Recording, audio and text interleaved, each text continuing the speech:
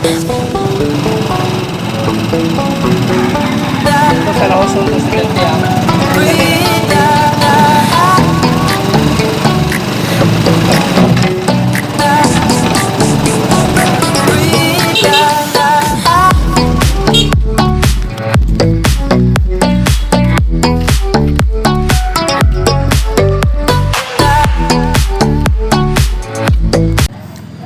So what's up? At andito kami ngayon sa Bye-bye City Health Center, Baba Super City Health Center. At We're back. at ano kami, nagpa-ultrasound kami. So ayun, hindi pa nag-start. Ilang oras na, malapit na mag-10. Malapit na mag-10, hindi pa start yung ultrasound. At buti na lang, naka-fill up kami ng form. Tapos naka-fill up kami ng form, then pagkatapos nito, antay lang ako uwi kasi magde-deliver pa tayo ng products dun sa mag-deliver pa tayo ng products sa school. Wala yun, 9:30 na, snack na. Ko. Try natin if mapasok pa ba yung product natin sa school na gusto natin pasukan. Kasi yun talaga yung goal natin na makapasok doon sa school at saka mabenta lang yung product. Within 20 pesos lang para sa kanila. Mga bata naman din yan. And then hopefully so yun guys, antay lang kami. Tsaka back kami dito.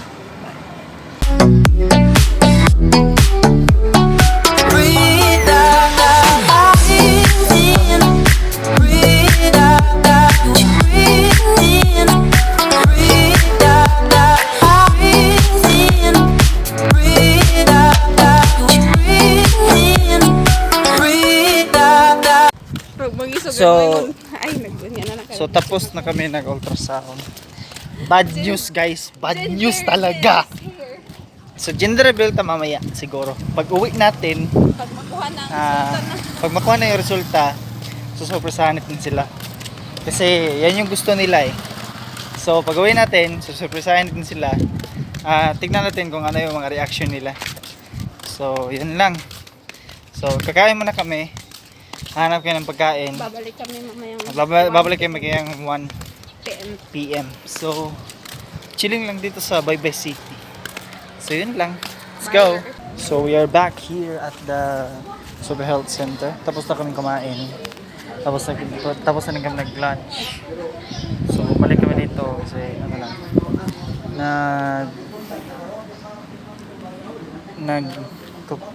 kinuha naman yung results.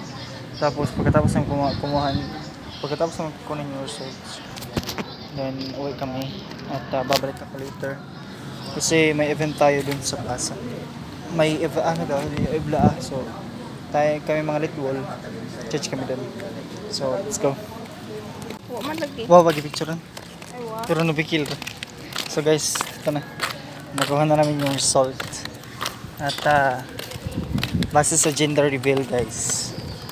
So yung mamaya na lang daw sabi ng partner ko. Doon na lang daw sa bahay namin i-reveal kung ano yung gender na nakalagay dito sa papel.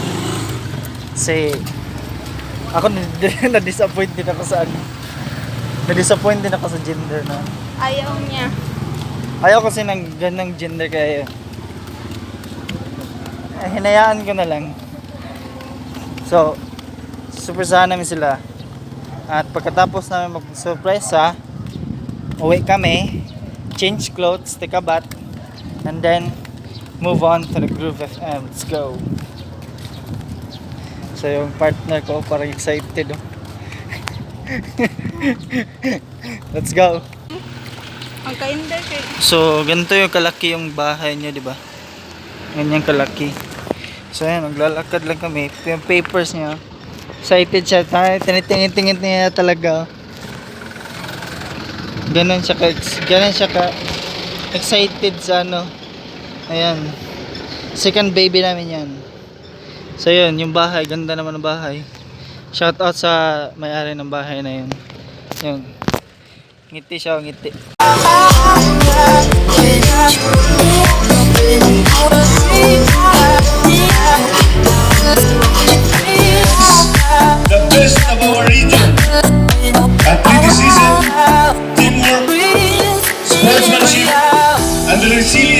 that defines Eastern Visayas. Hosting this event is an opportunity. Schools Division Superintendent Dr. Carmelino P. Bernales. Assistant Schools Division Superintendent Dr. Laura A. Macias. CID Chief Dr. Alejandro S. Almendra.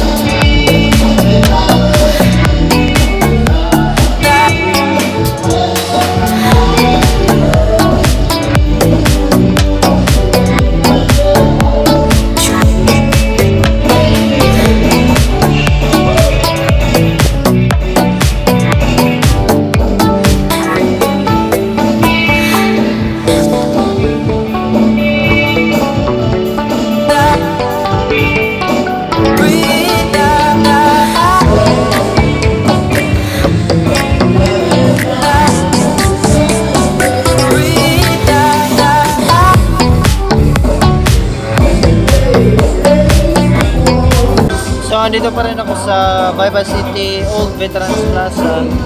At wala lang, chilling na lang kami kasi tapos na yung program eh. Ano na lang yung yung band na lang. Mamaya, uwi kami.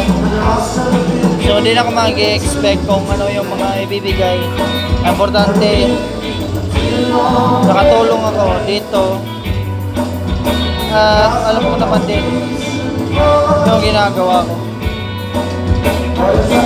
Alam mo talaga kung anong ginagawa ko.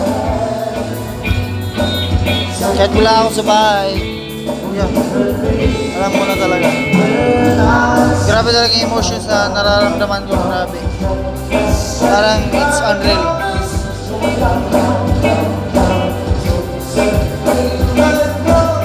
Ganito kapag gusto mo talaga umattend sa mga event, kailangan mo lang talaga